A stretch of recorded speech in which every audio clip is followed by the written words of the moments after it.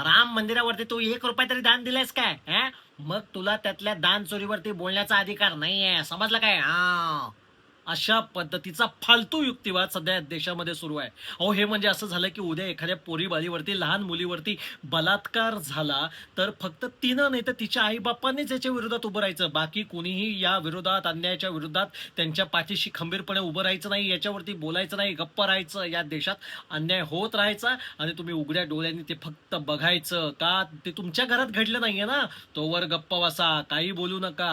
ही गप्प बसा संस्कृती आणि हा धाक दपटशा या देशामध्ये आता सुरू आहे. का? कारण आपणच, म्हणजे मी तरी नाही बाबा, पण चोर, डाकू आणि बलात्कारी माणसं संसदेत निवडून दिलेली आहेत. या देशामध्ये असंच चालणार आहे. अहो, तुम्ही बोलला नाहीत ना तर हे बदलणार नाही. राम मंदिरामध्ये हजारो कोटी चोरीला गेलेत. हजारो कोटी काय एक चंपतराय चोरत नाही, त्याच्या मागे अनेक मोठी लोक असणार आहेत, तेव्हाच हे चोरीला गेलेले आहेत. जरा बोला यावरती. अन्यायाच्या विरुद्ध बोललं पाहिजे. जेव्हा बोलू तेव्हाच बदल घडेल, हे लक्षात ठेवा.